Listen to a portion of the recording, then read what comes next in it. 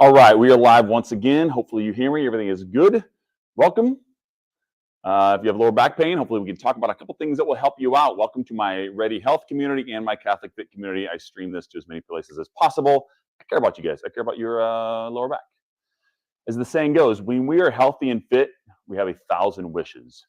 When we are sick or injured, we have one, right? There's nothing worse than getting up out of bed and just feeling your lower back right away. It kind of throws you off, right?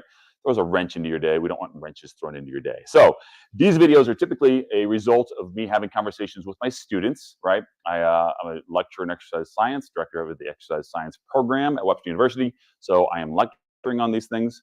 And then I'm working with my clients. Clients will come in with lower back pain, and, thinking, can I even work out today? What else can I do? I'm not sure. I should have canceled. I think, no, we can work around this. And so we'll talk about what I do if someone comes in with lower back pain. And then, maybe family members, Steve, Kristen, what up? Whoever might be watching. So I just thought, let's throw this together. So number one, why do you have lower back pain? Let's just talk about the lumbar spine. The lumbar spine, I got Scully sitting here. Scully only has one leg today. If you have one leg, you probably have lower back pain. God bless you. And your one leg. But the lumbar spine is your last 5 vertebrae, right? And so you have some sort of pain in your lumbar spine or its relationships with your pelvis. All right, so here is a great cogwheel idea. I believe this is from Dr. Liebenson in his book, Functional Training, great book. But check out this diagram. And let me get my branding off there so you can see. There you go. All right, so check out all the reasons you might have lower back pain. This is a cogwheel, right? So as the wheel turns, all these other things come into play. So the lumbar spine is in the middle. If you're watching this on your phone, what this is the big wheel, the big cogwheel is the lumbar spine in the middle, and then around that is a little bit smaller wheels, and then beyond that is another whole set or layer. All right. So you can go around the circle. Your sacroiliac joint or your iliosacral joint, very similar. That idea is what might be happening, and we're going to focus on this a little bit today. What's happening between the relationship between your lumbar spine, right, and the ilium of your pelvis, right? So your sacrum, we know what your sacrum is. That's just the lower, where your tailbone ends up. So at the bottom of your vertebrae, you have your sacrum, right? That's your very, very lower back. And then your pelvis is on the side. This part of your pelvis is called the ilium. So the relationship between your sacrum and your ilium is just out of whack. That's a joint just like your ankle joint, right? Any joint in your body. And if you move a certain way, you might sprain that joint. So that's a big cause. What else do we got? Let's blow it up a little bit more. All right. Your hips. If your hips are tight, right? If you're sitting a lot, your hips are tight. If the relationship between your hips, which again is where your thigh bone meets your pelvis, any sort of tightness there is going to cause some issues. All right, and I think hopefully I can go to the next slide and show you one other slide with a few muscles. All right, your thoracic spine. If you're sitting in a posture here quite a bit, right? If your thoracic spine, which is like the spine between your lower rib cage and your shoulder blades, if that gets tight, that's going to cause some sort of issue with your lower back, right? You need a lot of mobility throughout your whole spine. Your thoracic spine is very mobile, which is a good thing until your posture becomes an issue, and that can cause some problems in your spine. But just to kind of show these different relationships, your diaphragm, if you're not breathing well, if a lot of your breaths are more of an accessory breath, if you have rib flare on one side versus the other, a lot of different things that may go on with your diaphragm, your rib cage, and imbalance there. Your psychology, so the Medical Association and the Physical Therapy Association are really acknowledging this last maybe decade or so, but it's starting to be introduced into practice that your psychology can affect your lower back pain, right? And so more and more studies are coming out on this, which really just means if you go to the doctor or really you go to a physical therapist or chiropractor, some sort of therapist is just going to acknowledge the fact that, number one, this is no fun. And so you can get stressed over it. It can cause some headaches. You can get depressed over it. Or if you are having mental and emotional issues in some way, it can manifest itself as a lower back pain. There's just a strong association between the two, which means your therapist, if you go to a good qualified therapist, they're not just going to crack your back and send you on your way. Ideally, they're going to talk to you about ways that you can de-stress. All right. So there's a lot of psychology. So, and then your physiology, your health, right? We always start with health first. So your physiology might be your nutrition, your health, your fitness. Fitness is just your strength, your flexibility. your endurance, right? So what does your postural endurance look like? If you're sitting in a desk chair a lot throughout the day and you are just seated, so you're not using your core, you're not using your lower back muscles, you're not using your hip muscles, your glutes very well, and then you get home and you sit in a recliner, all right, you're gaming or watching Netflix, you're just not challenging your posture muscles enough. So you're not going to build that endurance that's required to hold your spine, your thoracic, your spine, your posture muscles up, right? So that can be a big thing. So, but the point is that there's a lot of issues going on here. So it's not just one. So nobody has this answer necessarily, but we're going to talk about some simple factors. Are a couple things you can do to unglue your spine, all right, or unglue your lower back pain, all right. Number one, what do you feel if you say you have your lower back pain? You probably threw your back out. Dad threw his back out last night. I threw my back out playing basketball. You throw your back out getting up from the floor. What does that mean, throw your back out? Typically what that means is that we go back to this relationship between your sacrum and your pelvis. When you bow or hinge, lean over, pick something up, your hips work with your pelvis, work with your sacrum, work with your lumbar spine in order to all hinge and rotate together, more or less.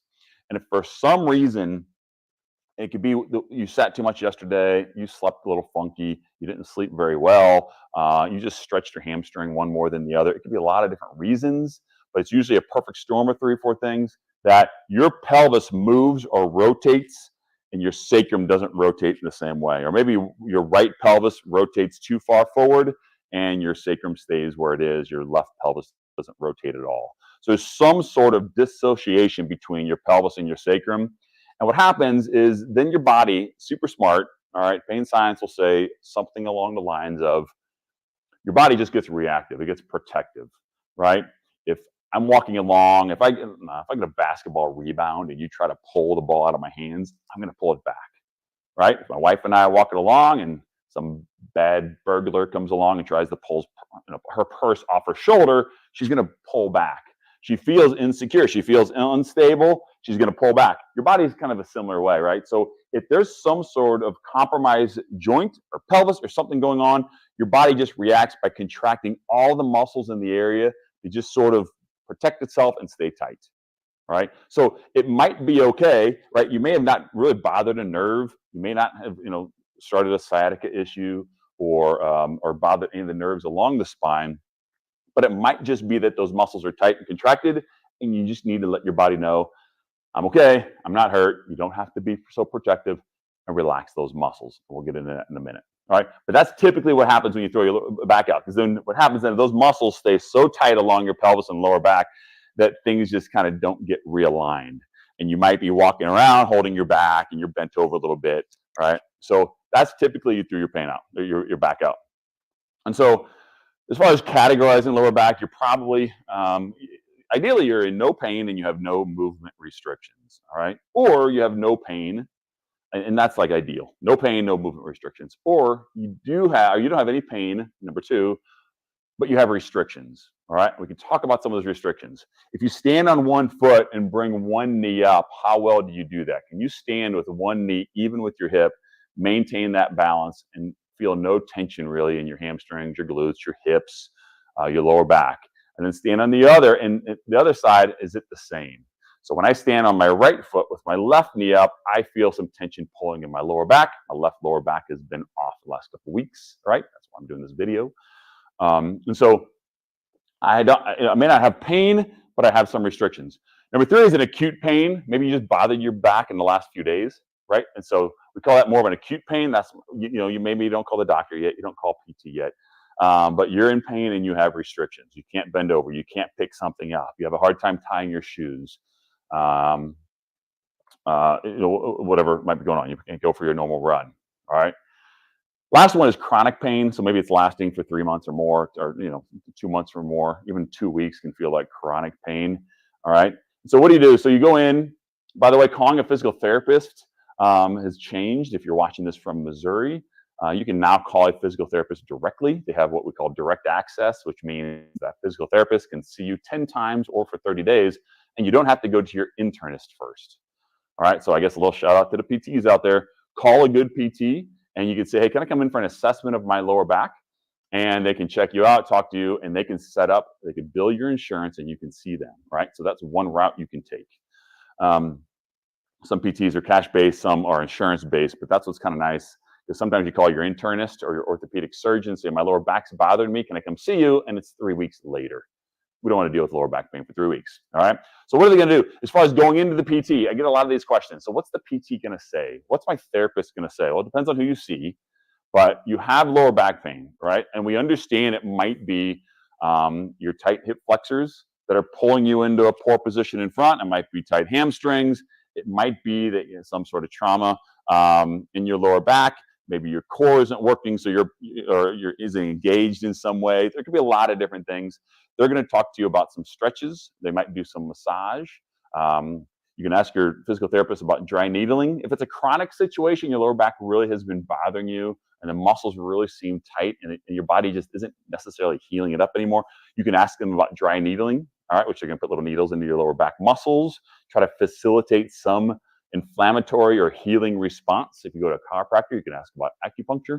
Might be another thing they might do. They may ultrasound it or heat it up in some way, which feels good, gets you ready for exercise. It's not necessarily going to fix anything, but it could feel good and prepare you for exercise that maybe you're having a hard time getting warmed up to do anything at home.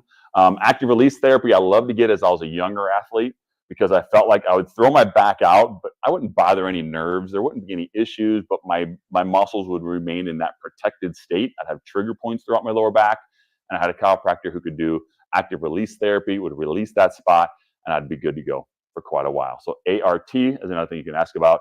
You're going to get an adjustment. An adjustment may work if that's all that's going on too, that if you adjust the bones that might be being pulled out of whack, a lot of chiropractic philosophy is that if we can adjust those bones, now those muscles say, okay, now I'm in a better spot. I'm not going to be so protective.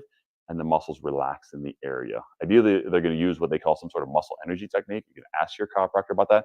Ask a lot of questions, advocate for yourself. And now that you can go to one PT for 3 sessions, if you're getting good results and you like this relationship you form, great. If not, go find another PT. It's okay. There's a lot out there, and there's some great ones that some specialize in lower back. Some are athletes. Some work with older people. Some work with younger people. So kind of feel that out as well. All right. So that's kind of where you are.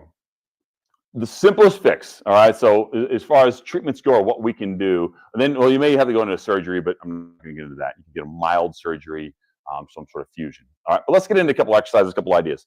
The simplest thing to think about, number one, look at Scully one more time, is if I'm seated in this position, all right, I'm about to lose his other leg. If my knee is held forward like this, all right, the hip flexor, so when the hip flexor fires, it brings your knee up like this, all right? So if you're sitting, remember, your body gets good at what you ask it to do most of the time, right? So if you sit all day long, your body gets good at sitting. And the better it gets at sitting, the worse it gets at jumping and running and going playing volleyball on a Wednesday night, right? So the leg popped off, which is perfect because you'll see this little notch here. This is like in your groin, right? It's a little bit on the back side of your thigh bone, all right? But that trochanter, that little spot is where your hip flexor attaches, just to that little spot. Everybody kind of hears about hip flexors, and there's several, 5 or 6 different hip flexors. The primary ones that we talk about, though, attached to that, they go up and they attach to your pelvis, and they attach to your lumbar spine. So if you're sitting in this position a lot all day long, these muscles are going to say, well, I'm going to get better at sitting because you're going to sit for 10 hours a day. So I'm going to shorten these muscles, all right, because your body adapts to whatever you ask it to do. And then when you suddenly go to stand up, then when you go to stand up, those muscles are going to remain shortened.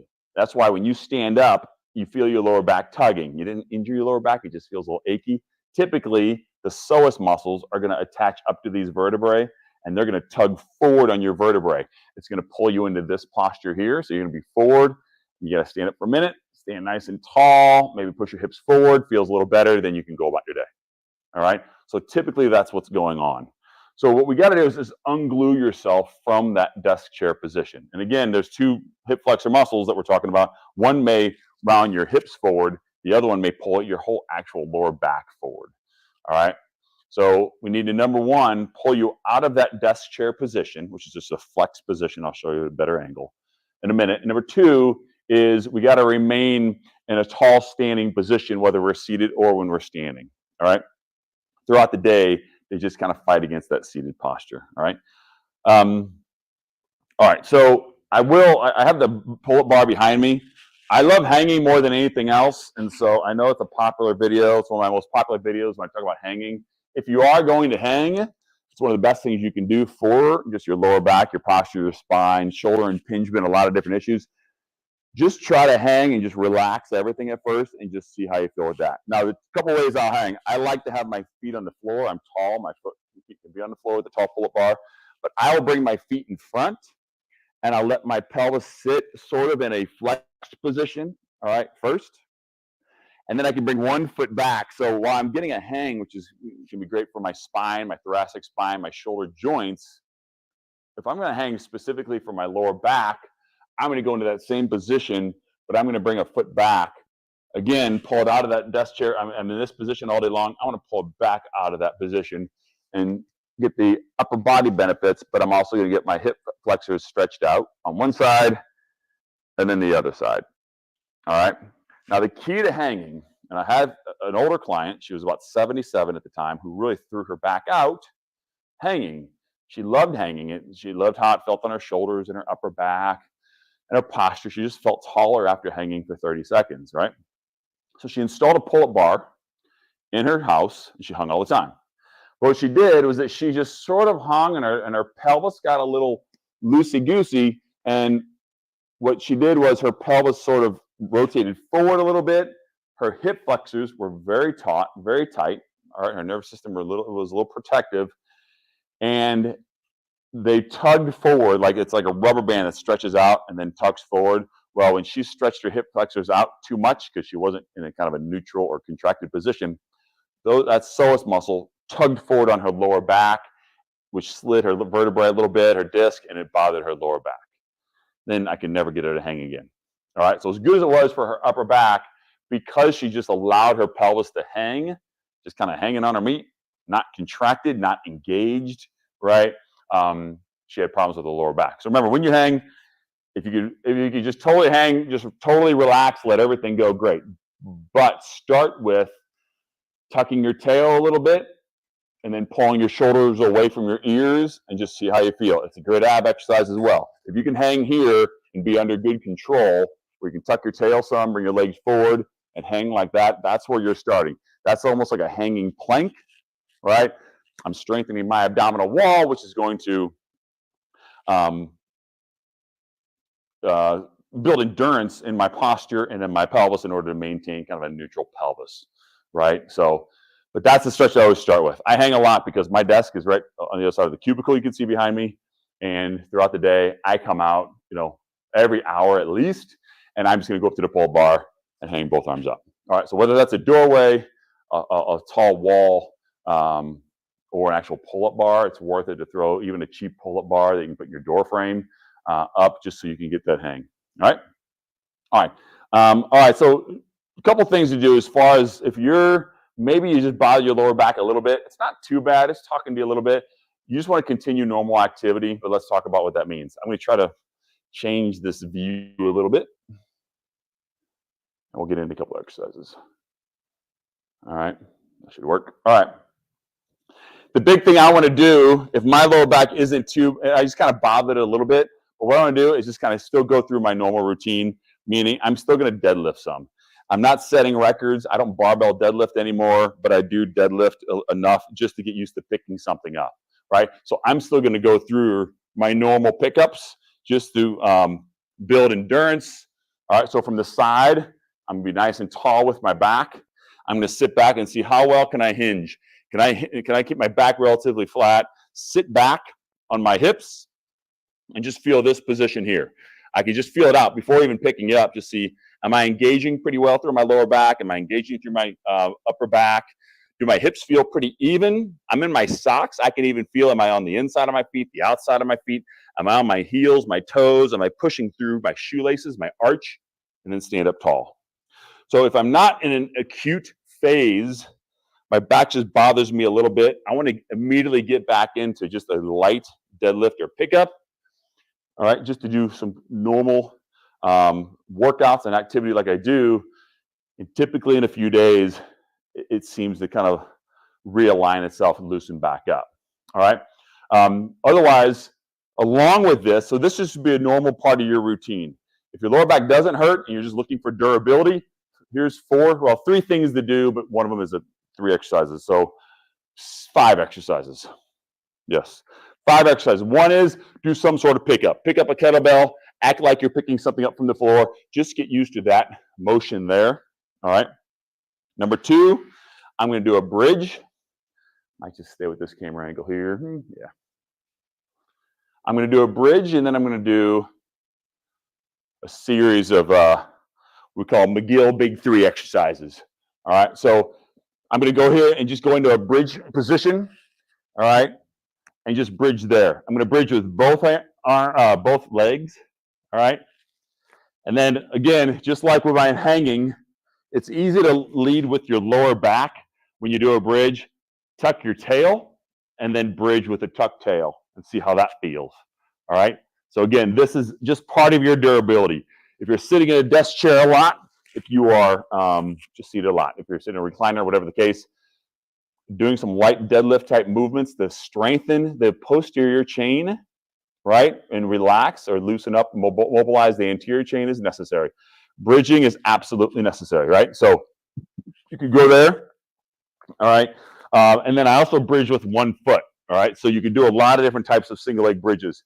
What I typically do is I'm going to bridge with my right leg. I'm going to push my left knee back. So I'm going to lightly engage my left hip flexors, and I'm going to bridge with my right side.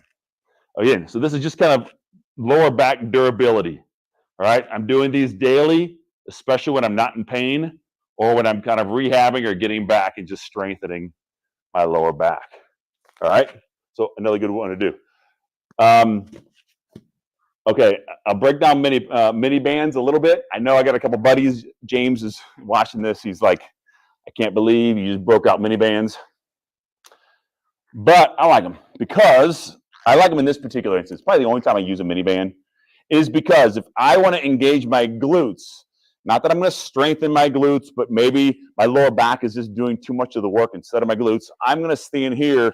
If I just push out on the band like this, I'm going to slightly engage my hips, my glutes a little bit more because of what movements the hips or the glutes are responsible for.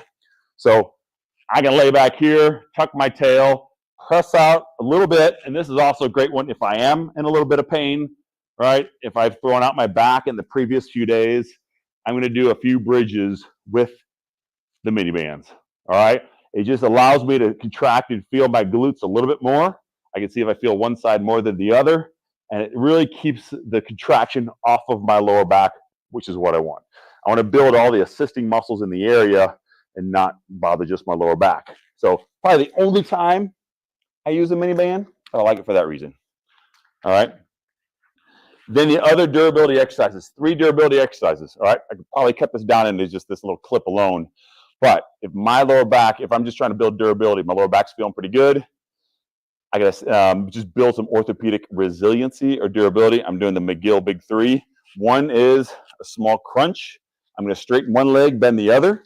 All right. In this position here, I'm going to just pay attention to my lower back. It should be slightly up off the floor, right? And I want to maintain that natural curve. I'm going to put my hands behind my head, and I'm going to crunch my shoulder blades off the floor. My shoulders will come up a little bit. And the key to this exercise is just a light crunch, but the key is that my lower back, whatever that natural curve is off the floor, I want to maintain that, all right? Versus crunching and my lower back pressing into the floor, all right? If I did that standing, you would see that kind of poor posture, all right? So I want to maintain that and see, can I crunch, work my abdominal wall without changing my lumbar pelvis posture, all right, or position. All right, switch legs. I do 8 on one side, 8 on the other. All right. So this is the McGill Big 3. You can find videos and pictures of this all over the place. All right. So I might do 8 or 10 per side. All right.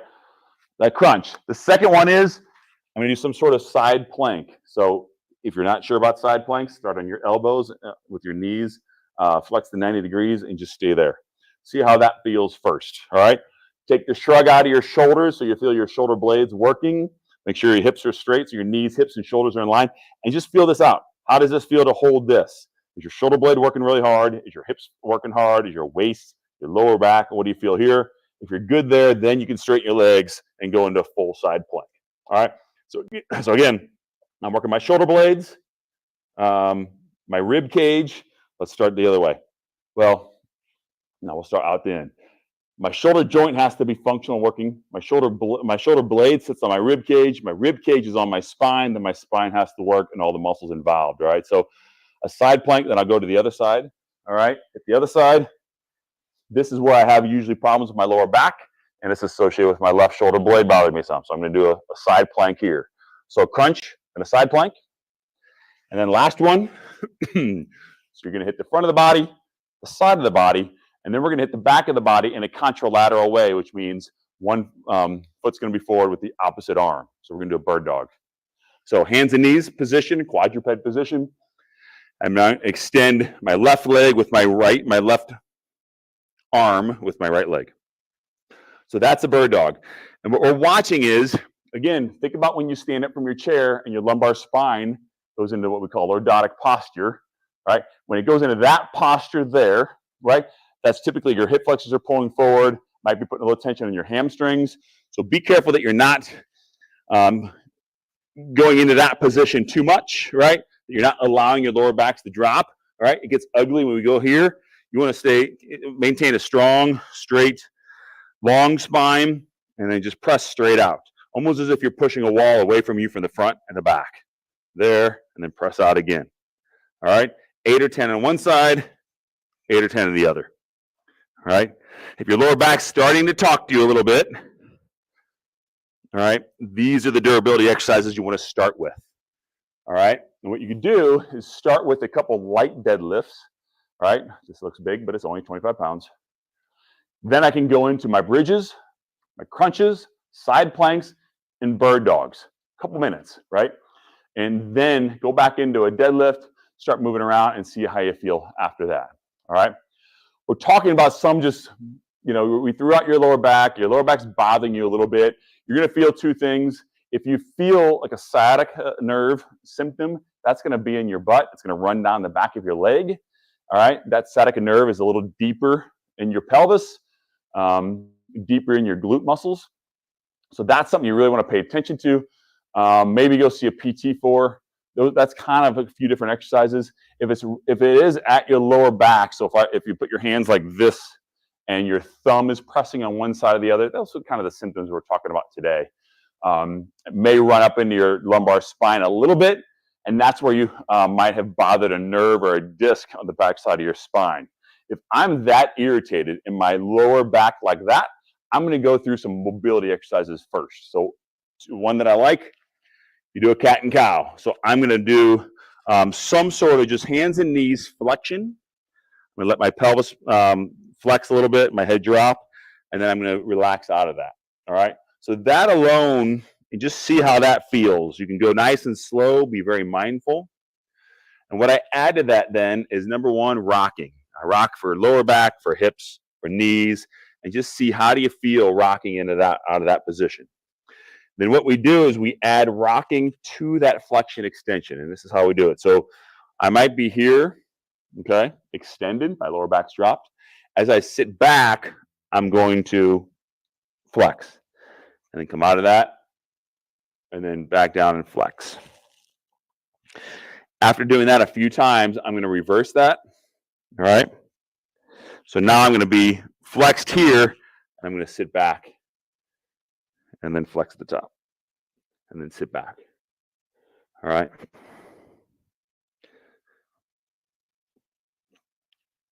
So by doing a few of those, that can really loosen up my lumbar spine, just ease in and out of that. Again, you're just mostly, it's not like you're stretching a muscle. People are so, I don't understand stretching as much. We're not taking a short muscle and trying to make it longer. We're trying to let the body know you don't have to hold that spasm, hold that contraction in that muscle the way you think you do. All right? You can relax some of those muscles. You don't have to tense up. And it's not only the bigger hip flexor muscles and hamstring muscles and abdominal wall muscles. You have some very small muscles that go from vertebrae to vertebrae, rib cage to rib cage. And if those are tight, the nervous system is keeping those taut, that could be an issue as well. All right? Lastly, gone on for a while, but that's all right. I'll clip this up. Lastly is foam rolling. So for my lower back, I might loosen up 2 spots. I'm going to focus on my lumbar spine first. So I'm going to go here, and I'm just going to roll my thoracic spine. I'm going to roll my upper back. So I'm going to 2 things. I'm going to roll this way. Then I'm going to sit kind of in a kind of a crunch position. The foam roller is on my lower shoulder blade, and I'm just going to extend over it, come back up. All right. So just extend back, and then come back up. Scoot down a little bit. I can extend back and come back up. All right. So that's just mobilizing that. So what we're trying to do again is if you're seated a lot in this position here and flexed, we're just trying to open that up. All right. That's for above the lower back. If we go below the lower back, I'm going to pull out my orb, a 5-inch roller, and I'm going to roll my hamstrings out. All right. So inner thigh, hamstrings, right in the middle of my hamstrings, and outer thigh. All right. So I'm going to roll kind of both sides out. All right. And I really like this $20 orb off Amazon. All right. It digs into every hamstring. You can get inner thigh muscles, outer thigh muscles. I like that a lot. All right. And then the other one, last one, is for my glutes. This is how I roll my glutes when I'm rolling for lower back pain. If I can get in this position right. What I do is I put the tennis ball under my glutes, maybe find a spot that might be sore. I'm going to lay back, and I'm going to bend the knee of the spot that I'm rolling, or the side that I'm rolling. I'm going to let that knee drop to the side. I'm going to press the outside of my foot along back to my straight leg position. Come back, drop to the side. So I really feel that on my glutes with the tennis ball. And then press the outside of my foot, slide that along the turf. You just go through that range of motion there. I want to connect the outside of my foot to my hamstrings, to my glutes. All right. And I can feel that press all the way through and good extension. All right. So 3 things I'm going to roll. If your lower back's bothering you between your hip bone and your pelvis, you can bring a tennis ball and just hit that a little bit. It gets irritated a little bit, but I might work that. Your quadratus lumborum is a muscle that connects your pelvis bone to your rib cage. I'm going to work that out a little bit. All right. Massage that on one side and the other side. Just maybe 30 seconds per side. All right. If I'm feeling pretty good, then I'm always going to go into some sort of 90-90 stretch and see how do I feel in this position here. Just going to feel everything out. Sit up nice and tall. There's my hip, so when my lower back was really bothering me, I had a hard time with this hip going out to the side. I know I've really loosened things out. All right. Switch to the other side, and I'm good there as well. All right. So much longer than I thought, but hopefully you stay with me. I can clip this up a little bit. A lot of different ideas here. Maybe we just start mixing in some lower back and lower durability exercises going forward. All right. But a couple ideas for treatment, conversations to have with your physical therapist. I always like to sit in this seated position, stretch everything out. But good conversations to have with your therapist, with your doctor, with your chiropractor. I go to a Feldenkrais therapist, movement teacher, if you will. A lot of different philosophies out there, but whoever you can learn from. All right, so God bless. Thanks for hanging out, and hopefully you learned a little something. Hopefully you can take a couple of these things with you. If you have a question, please let me know. I like to shoot some videos. I got to keep them shorter, but I had to think out loud for a little bit. All right, I'm off camera because I got to stop the video. All right, so see you next time.